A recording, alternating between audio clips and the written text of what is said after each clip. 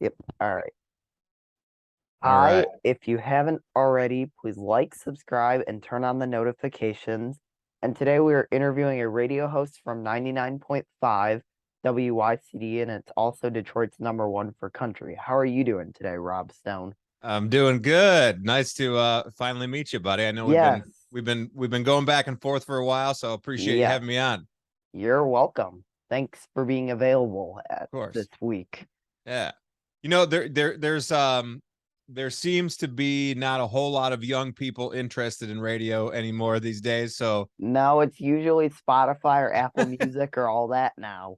yeah. So yeah, I wanna, if there's people involved and want to know how to get into it, I think that's a great thing. So I do know I did see you when I was at the hoedown. You were busy, so I didn't get a chance to say hello to you. well, next time say what's up, man. Yes. For sure. Yep. You were filming away. I'm sure. Yeah. Well, that's the biggest part of radio now is more than just being on the air. It's doing all the social media. So Yep. TikTok and YouTube, like you're doing, is a big part of it I know I posted my videos from hoedown up there on on your YouTube. page. Yeah. Yeah. Yep. So okay, I appreciate you doing that as well. hmm Um, who do you work with on your show? So Holly Hutton is my co-host, and we have been together on the air for about I want to say 6 years, maybe, with the Rob and Holly show. And her and I, for the most part, pretty much do everything when it comes to our show. So we do have obviously our boss Tim Roberts is the big man who is in charge of a lot of radio stations in Detroit. So he definitely helps us out with a lot. He helps us get on to in other markets. We're actually not just in Detroit anymore. We're on in 20 different markets. So you can hear us in pretty much across the country now. Mm. And also on the Odyssey app. Yep, you got it. Um, what time do you go on the air at and end at? So we start at 7 p.m. until midnight, Monday through Friday. We also do a countdown show, top 20 countdown on Saturday mornings from 8 until 10 a.m. So yeah, 6 days a week we're doing the radio thing. And then you have a break on Sunday to just chill out. Yeah, family time, music time. I try to I write and record and play shows myself, so Did it's you definitely busy between all of those things. did you perform at the hoedown a couple years ago? Yeah, so not this year but last year I opened up the show, and yeah, what an experience. I grew up going to the hoedown before I ever even thought about getting into radio myself as a career. And so that was a dream come true to be able to play that and see what it's like on the artist side as well. Because Mm. we're used to interviewing artists and doing that thing, but it's cool to kind of see what it's like on the other side. What did it exactly feel like? Because I know I saw you. I saw you. What was were you performing at the booth like right near where Coop and Sarah were at? Yeah, we were in the parking lot stage at Pine Knob, which was right in front of the west entrance. So a pretty big stage. Had a big line of people waiting to get in, and as we started playing, the line started filling in front of us. So it was cool, man. I mean, that was probably the one of the bigger shows that I've played before. What'd you think from out front? It was really good. Thanks, You're I appreciate welcome. it. What Yeah, man, it was. I get nervous before things like that. I don't think as much as I do it. I think I need to do it more often because I still get still get nervous before doing something like that. But I think it's a good thing. It means you care about it, and but we had fun. It's about having fun for me, and that's whether it's playing music or being on the radio. It all started from just being passionate about music and wanting to be able to do something that is fun and can bring joy to other people as well. How long have you been doing radio and singing for? I have been in radio since I graduated from Michigan State in 2008. So, and I've been playing guitar a little bit, probably since I was 13, 14, maybe. This is actually my first guitar right here. Mm. First one I ever got. I got it for Christmas. I think I was 13 or 14. So I've been playing for a while, but I was always nervous and a little self-conscious about singing and playing in front of people. And I really didn't start doing that until 2019. And so I really just decided I wanted to push myself and get over that fear. And I know a lot of people were like, Rob, why would you be afraid to do that? You're on stage talking to people all the time on on the radio at concerts. I was like, yeah, but speaking is one thing and singing and playing guitar is another. Um, so yeah, kind of pushed myself to get over that hump. And yeah, I still, like I said, I still get a little nervous for shows, but it's getting easier and it's getting more fun the more that you do it. Just like with radio. I mean, when I first got into radio, I was terrified as well. At first I was like, I don't want to be on the mic. I don't want to be in front of a camera. I just kind of got thrown into it. And it was just, the process of doing it more and more and get more comfortable. And then it became, becomes something that you can kind of do with your eyes closed. What do you work for a record label when you I produce music? I do not. So everything I've done so far is just me as an independent artist. Do you only do guitar or do you play other instruments? Mostly play guitar. I play a little bit of I wouldn't say I'm a drummer or anything like that. I can keep a beat, but when it comes to, recording stuff or playing live music, it's mostly just guitar and singing. Do you have a band or is it just you? So most of the time it's just me, and I don't have a consistent set of guys or gals that I play with right now. A lot of times what I'll do is if we book full band shows, I'll see who, which one of my friends who are musicians are around to get a group together, get a couple rehearsals in and play a show. Because I've met a lot of local acts through the radio station and through WYCD, became friends with a lot of people in town. And so I've been fortunate enough to know a lot of local artists and a lot of cool people that are willing to jump in and fill in when we need those full band shows. How many songs have you written? Um, let's see. I've written probably 30 songs at this point, and we're working on writing a lot more. Well, like I said, it's kind of something that I've just now starting to get into in the last year or so. We've released 5 of them so far. So you can find them on any streaming platforms, Spotify, Apple Music, YouTube, like we mentioned. Hmm. I will look up your username and I will also put that in the description of this video. Thanks. You're welcome.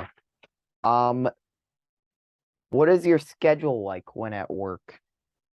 Schedule is pretty flexible now, to be honest.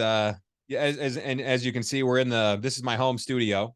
I built this I think about a year ago. So when the pandemic started, we got sent home from the radio station, which was in Southfield, and we kind of just started figuring things out. How do we do radio at home? And I was doing most of the stuff from on the other side of that wall is unfinished basement. And after 6 months of being in an unfinished basement, I decided I need to do something. So to get comfortable. So I built this room, made it how I wanted it, got it comfortable, cool space. So now every day is pretty fun to work in. But Holly and I are pretty flexible with our hours, and so it's pretty nice. But the normal day to day is we normally spend a good hour or two prepping for the show, going through stories that we find, deciding what we want to talk about, collecting audio. If it's an interview with the artist, we'll be doing a lot of audio editing and, basically chopping up an interview. So say we talk to Luke Bryan for 15 minutes.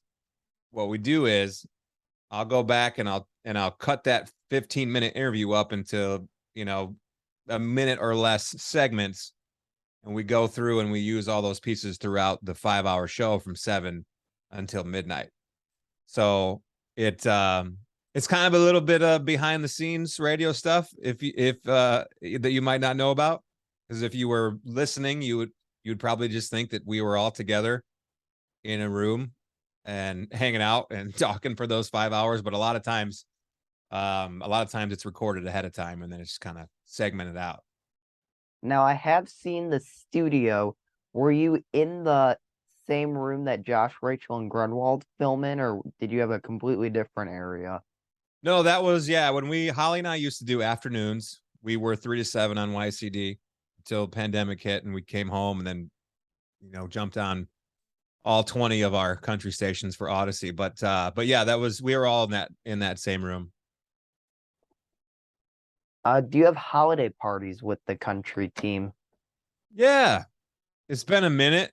A lot of those parties went away for a while with everything that was going on, but we have a whole fun they call it the fun squad at work, and they put together events for us to go and hang out, and a lot of uh a lot of sporting events. A lot of times you'll get an email that says, "Hey, we got a couple extra tickets for the Tigers game tonight," or when the Red Wings or Lions during football season. So there's a lot of partnerships with all our local sports teams and whatnot. So we get to take advantage of a few perks here and there. What's your favorite thing to talk about on air? My favorite thing specifically. That's a good question. I mean, I think for me, it's really just having fun with the artist.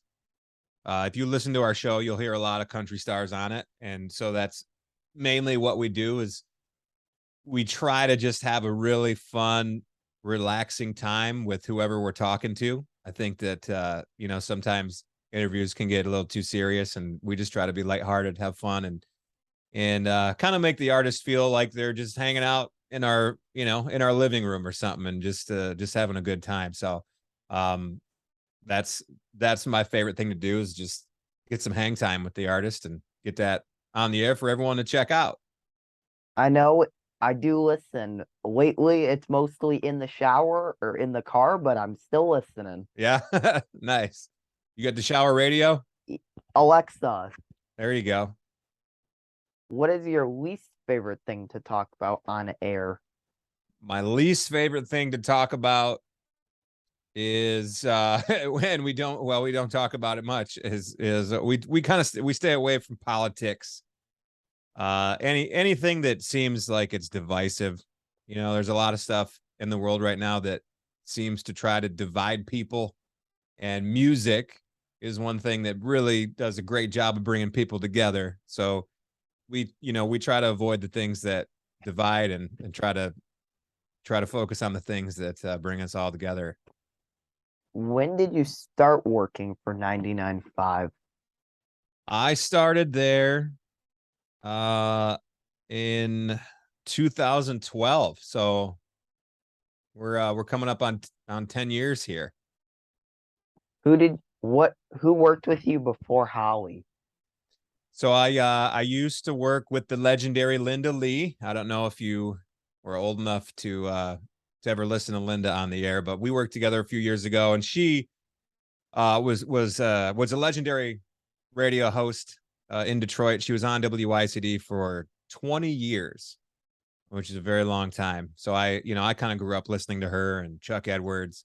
And when I first started at WYCD, I was doing nights, and you had Chuck and Linda in the afternoon. And so it's pretty cool to, go from a kid listening to YCD and hearing those two, and then getting that job and coming in and actually spending some time with them at the end of their show and before my show started. And then really cool thing happened when Chuck went to mornings. I moved from nights to afternoons, and I got to spend a few years working with and learning from Linda, who was phenomenal. And she's no longer with us. She lost her battle with cancer a couple years ago. But she was just a tremendous woman. Super fun, super kind. I don't think there's anyone else in the history of Detroit radio that did more for the community and just helping out with charities and so many things. So I uh am yeah, it was quite the experience to be able to hang with her and work with her.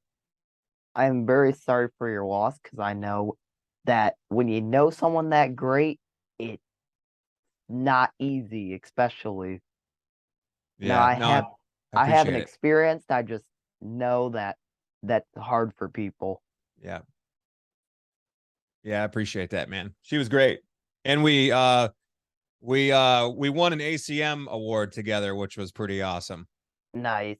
Yeah, that was one of her big dreams, and we got one. What is your radio history and roles? I know I touched on it a little bit so far. So I know I told you I went to Michigan State, and in the beginning, I kind of didn't really know what I wanted to do. I knew I wanted to be involved in music somehow. I just didn't know exactly how or what it was going to be. And so kind of just did some general classes for a while.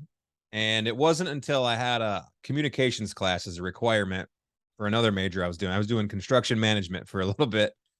And I walk into this communications building and I see recording studio, radio studio, TV studio.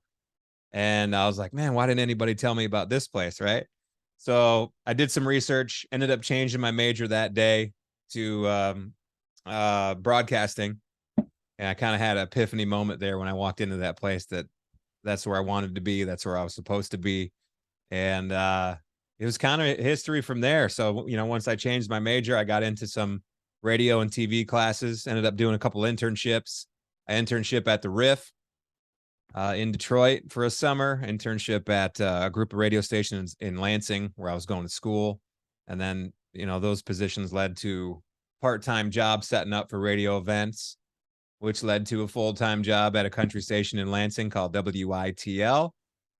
And I was on the air doing nights there for 4 years until I came over to WICD, and I've been there ever since. So I've been really fortunate to be able to work in country radio, first of all, for my entire full-time radio career, and not really bounce around too much. Because if you talk to radio personalities, DJs, they move around the country quite a bit. So I've been very, very blessed to stay close to home for the most part.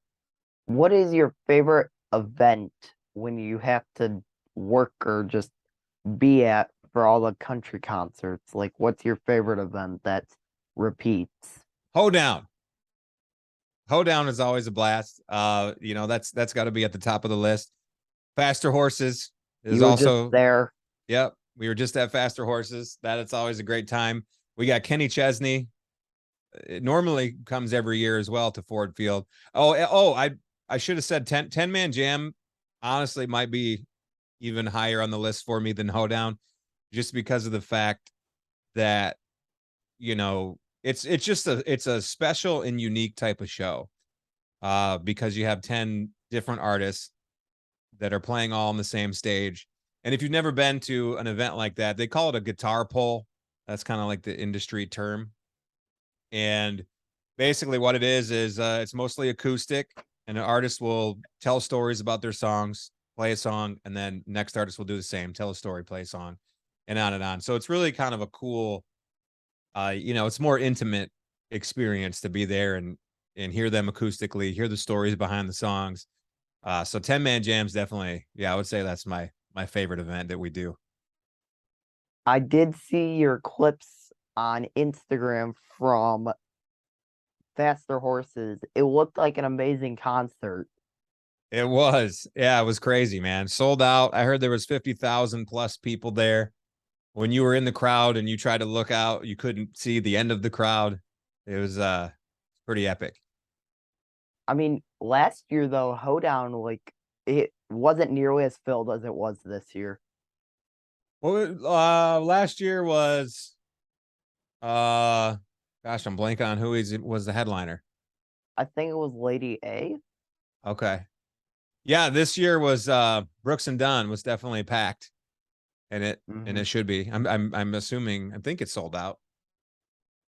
But yeah, Brooks and Dunn definitely was a highlight from all the hoedowns. Garth Brooks showed up one year, which was pretty epic as well. He was a surprise guest a couple years ago. Do you have a certain time you announce the code word specifically on the Robin Holly show? The code words are kind of there's not always a specific time. They change it up a lot to keep you on your toes. Mm. What year did your show start doing code words? I feel like the code word thing started taking off a couple of years ago. Maybe 3 years ago, I think we started doing that. What We is re- the sorry, Go ahead. what is the contact process for you to contact country artists? So most artists who are on with us have a representative from their record company that uh we get in touch with. So normally, and at a radio station, you'll have a program director and a music director. Uh, they're normally the ones who are in contact with the reps from the record companies for the artists. So Holly, my co-host, she is actually the music director as well. So for the most part, Holly is in contact with the reps, and we actually have right now we have a producer who's helping us out a little bit from Nashville, and she is doing a lot of our artist interview bookings right now. Is it Katie or who does it? No, Katie is in Nashville, but yeah, she's got her own show. Katie Neal, yep. And Chris Daniels is our producer right now. She's down there in Nashville as well, and she helps out with booking artists and picking out audio for us to use on the air.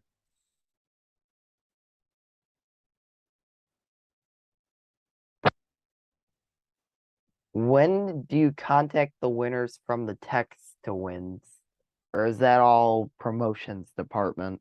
So yeah, we don't we're not contacting anyone ourselves. That normally would go through promotions at the radio station. So unfortunately, if you won something, you won't be getting a phone call from me, but at least you might have won on the air with us at some point. Yeah, I know. I don't think it was this like yours and Holly's show. I definitely know I won one time on Josh, Rachel, and Grunwald, and then during the ticket drop for Hoedown. Yeah. And Nice. I'm actually wearing the shirt too. Awesome. Perfect. Yes. I love it. What are your show specials specifically, like on the Robin Holly show? Like, What's do you have any special segments? Yeah. So we start the night off with the top 7 at 7, and where we count down the top songs of that day, and you can actually vote on which songs you want to have on the countdown as well. So Where um where can you find that voting thing? it's odyssey.com, and you should be able to just search odyssey.com/Robin Holly and find everything there.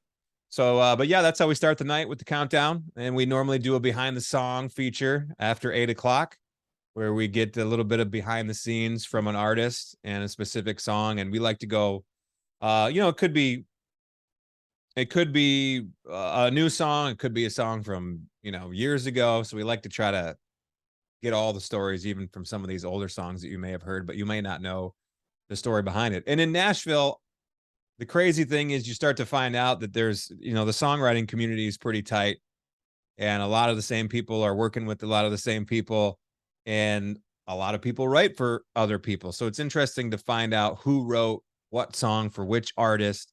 So that's what we try to do in just after 8 o'clock for our behind the song. And then 9 o'clock is our new music hour, which we like to try to break some new artists on the air that maybe just getting their start. And so Those are the big features. Some of the other stuff we have fun with a lot at night is our WTF headlines, um, which it is what the headline is. You know, we find the headlines in the news that would make you say WTF. And let's see. We also do the last laugh at the end of the night, which is a really fun one as well. We like to have a stand-up comedian on every night. So just before midnight, you'll hear some stand-up comedy on the show, which was cool. I also understand that from what I've heard, you sometimes do Garth Brooks' Neighbor as well. Oh yeah. So yeah, you know some of the some of the bits that we do. Garth Brooks' Neighbor is a fun one. Interesting behind the scenes stuff on that. You know how it has a little jingle, right? Mm-hmm. Here. Actually, Yeah. I might be able to play it for you. We'll see if you can hear it. Garth Brooks' Neighbor. Hear that? Yes. Okay. So that little jingle, Low Cash recorded that for us. Mm. So we were actually, this is when we were in person. We had Low Cash at the studio, and we told him about our idea that we wanted to have Garth Brooks' Neighbor on. And we said we have this idea for a jingle in our head, but we don't have anyone to sing it. And they're like, "We'll sing it." So they did it for us right there at the studio. Was it like, did your show specifically get LV Shane's popular? Oh, I'd love to claim that one. We have talked to LV a few times, and I think when he was first starting to get popular. But with like all things, though, I think his popularity started with getting a ton of views on TikTok and having a lot of people use his song "My Boy" in some of their videos where they were making videos of their step children or whatever it was. So, but yeah, I mean, I think we were probably one of the first to have LV Shane on and really promote that song, My Boy. And I love his latest one, County Roads, is a jammer. So he's definitely a cool dude and he's got great music. Because I know, at least when I listen, I haven't heard any of his songs recently on radio. Yeah, I think we played County Roads. I know My Boy was playing for a while. Uh radio is definitely it's not an easy thing to get on. So it can be pretty tough as an artist. Other than 99.5, what other stations do you and Holly work for? So I told you we're on all of our Odyssey's country stations now. So 99.5, and then there's 20 different markets that we're in. So we're on in Chicago, Miami, you got Houston, a couple stations in California. So we're kind of all over the map. Well, that was the last question. But I do have one other thing that's a side part. Can you please let everyone know at WYCD that I've sent them an interview request? I know I interviewed Grunwald, and then Josh said he doesn't do interviews anymore. I'll have to talk to Josh for you. All right. He he doesn't have to be too cool for school just yet. I know he did get a promotion though recently. Yeah, but that doesn't matter. That Yeah. doesn't matter. You always should make time for, like I said, if you know, we got people interested in radio, we should definitely be talking to you. So I appreciate it. All right. Thanks for joining, and I'll email you this. I mean, actually, should I send you an email reminder for the other segments we talked about before I recorded to add? Or Yeah, do you just want me to give you a quick little tour of this room? yes. Okay. And Yes. I can send that to you. Yeah, no Yep. problem. And then you said you were also going to show me a few other things of like on the computer thing. Oh, yeah, yeah. All right. I actually, if you want here, let's see. Yeah, the shared screen feature is available right now. All right. Let's see. So this is just my pretty little boombox background. So the like I said, the program that we use is on a different computer right now that I'm sharing this on. But one of the things that you'll see real quick is I use this. It's called a Rodecaster Pro is the board that I use to run everything. So that's where we plug our mics into. That's where we upload some of our, like I played you Garth Brooks' Neighbor, right? Mm-hmm. Which is all on we call them hotkeys. So I can go on and upload different pieces of audio onto here. And then it's on a button over here, which I can.